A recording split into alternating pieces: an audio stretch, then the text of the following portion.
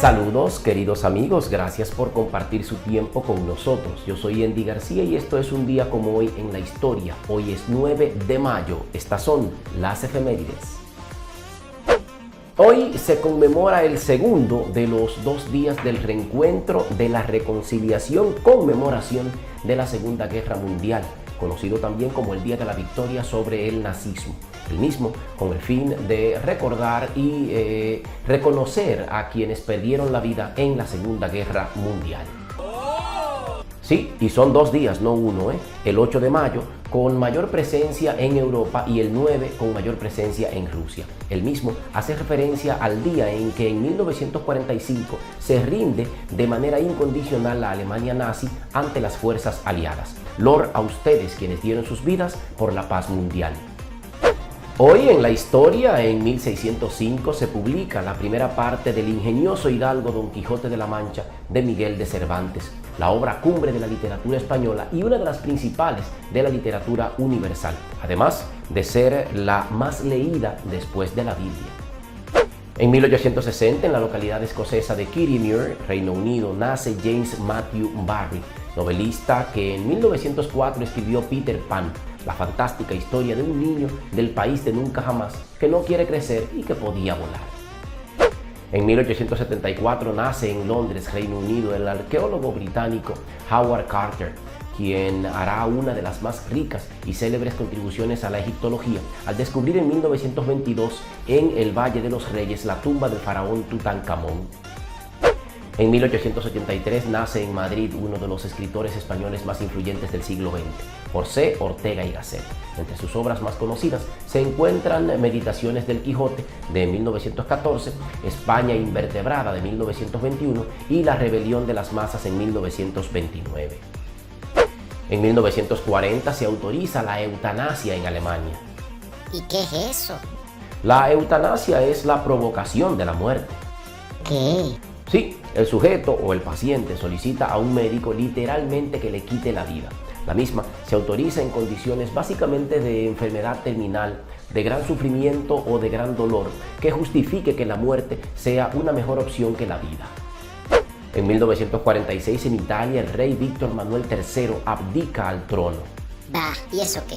Es que este suceso produjo el paso del país de una monarquía a ser una república, estatus que aún hoy se mantiene, aunque no inmediatamente después de la renuncia del rey. Andy, ¿cómo así? Pues es que el rey Víctor Manuel quiso perpetrar su reinado en su hijo Humberto II, el llamado Rey de Mayo. ¿Y eso por qué?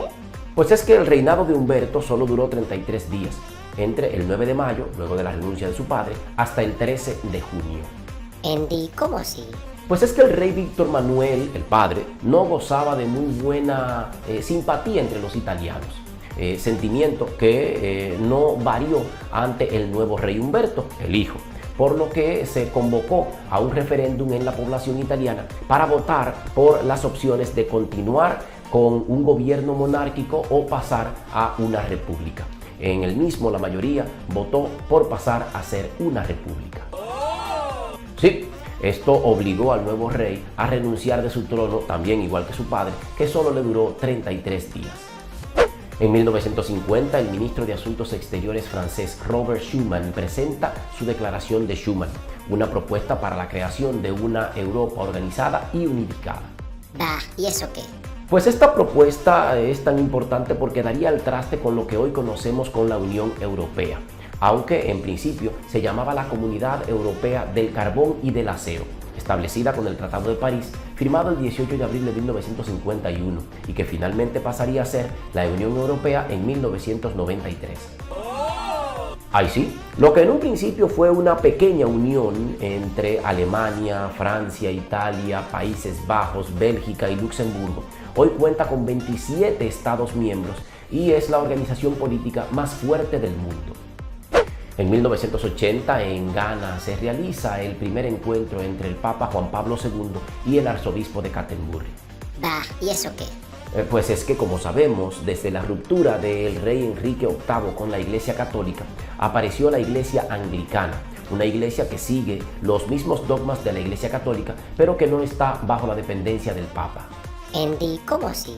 Pues es que el arzobispo de Canterbury o el arzobispo del Reino Unido es designado por la reina de Inglaterra y no por el Papa, por lo que no obedece al Papa tal cual, sino que tiene algo así como su propio papado, pero solo en Inglaterra y sus colonias. En 1994 Mandela es investido como el primer presidente negro de Sudáfrica. Además, fue electo después de haber pasado 27 años en la cárcel por estar en contra del apartheid. Ya en la República Dominicana, en 1502, desde el puerto de Sanlúcar, en Barrameda, Cádiz, el almirante Cristóbal Colón parte en lo que sería su cuarto y último viaje a América, con el fin de llegar a las Indias navegando hacia el oeste.